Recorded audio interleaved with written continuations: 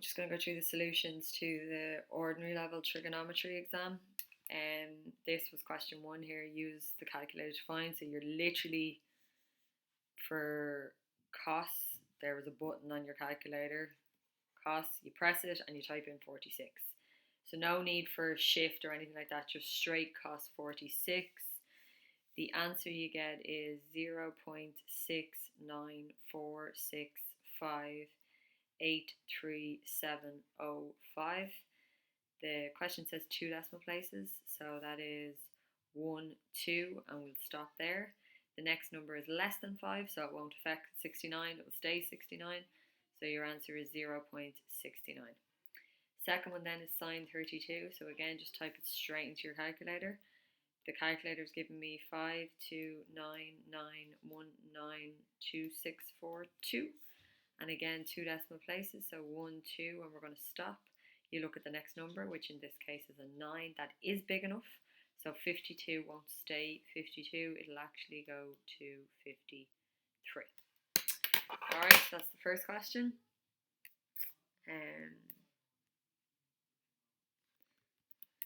So here's the second question.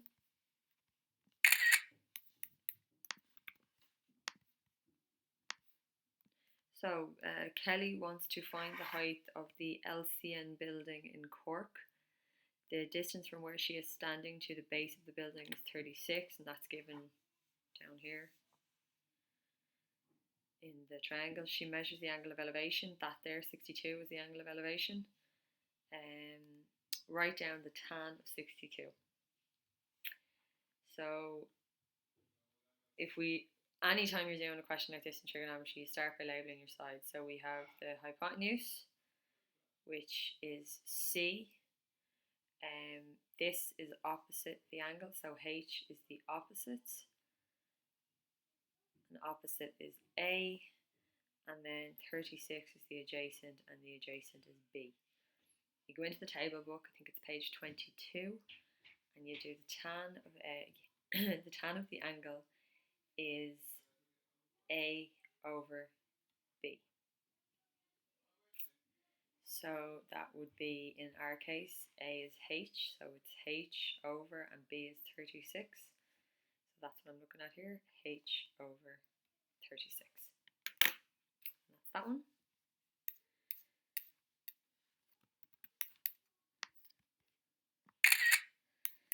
So it goes on then.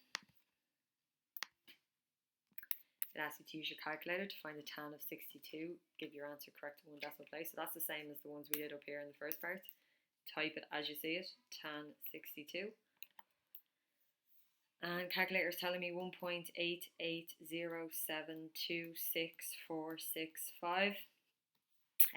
1 decimal place, so that's just here, and then we're going to stop. So the next number is an 8. That is bigger than 5, so that will push that 8 up to a 9.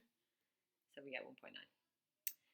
And it says use your answers from part 1 and part 2. So part 1 and part 2 to find H. So in part 1 we have that the tan of 62 is H over 36. In part 2 we figured the answer to this. So we can say 1.9 equals H divided by 36. So I'll say that again, H divided by 36. So if I want to move that 36 across the equals, it has to become the opposite of divide, and the opposite of divide is multiply. So it's 1.9 multiplied by 36 equals H, and 1.9 multiplied by 36 is, so calculator says 68.4, but if I go back up here, it says give your answer correct to the nearest meter. So to the nearest meter is 68 meters.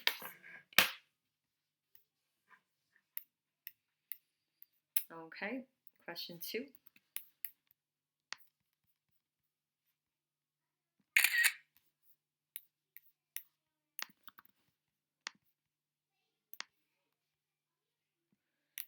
So Siobhan walks a route that is popular with walkers. She walks 600 meters due south. Again, you can see that here. There's her 600 meters.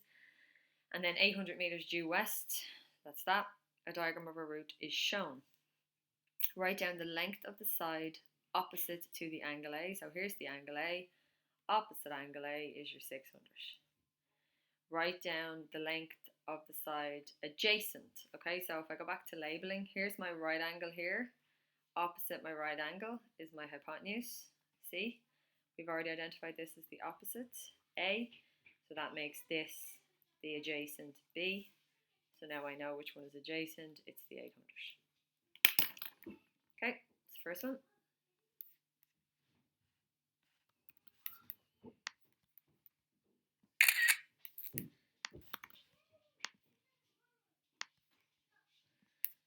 Okay, so write down the value of the tan of A. So again, we go on to page 22 of the formula and tables book.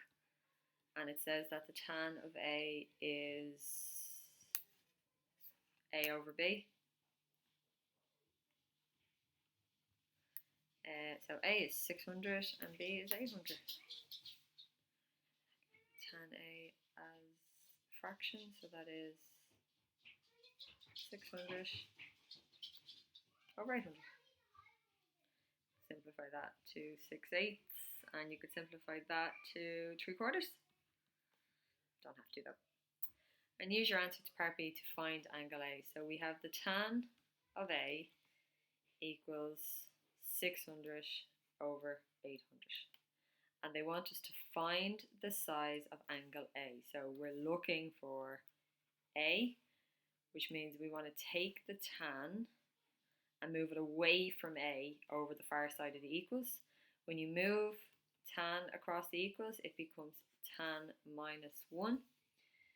So A equals, and this is where you use your shift button before you press tan to get tan minus 1.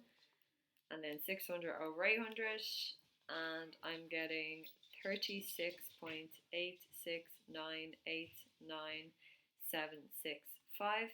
Go back up, it says give your answer correct to the nearest degree. So nearest degree is the same as nearest whole number. So nearest whole number 36, we want to stop here.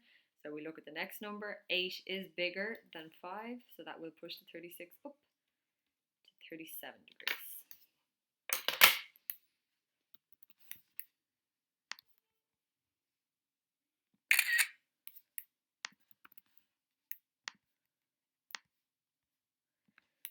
So, last part. Use the theorem of Pythagoras to find the shortest distance Siobhan needs to travel to get back to her starting point, and give your answer in kilometres. Remember, there are 1,000 metres in 1 kilometre. Okay, we'll worry about that in a minute. So, this is her starting point. She walked down here, she walked across here, and this over here is where she finished. So, the quickest way to walk back is straight, which is along the hypotenuse. Okay, if she walked back the way she came, it's much longer. So basically what they're asking us to do is figure out the hypotenuse. They have told us to use the theorem of Pythagoras. So on page 22, we get the theorem of Pythagoras, which is this one. And we don't know C. A was 600 squared. B was 800 squared. So C squared is, these are going to be really big numbers. So 600 squared is 360,000 plus 800 squared is 640,000. So C squared, add those together, is a million. 1 with 6 zeros. 1, 2, 3. 1, 2, 3. We need to get rid of the square, and you do that with the square root. Do it to both sides, so that square and square root will cancel out, leaving me with C. And the square root of a million is 1,000. Okay, all those figures in the triangle were in meters, so that means that's 1,000 meters.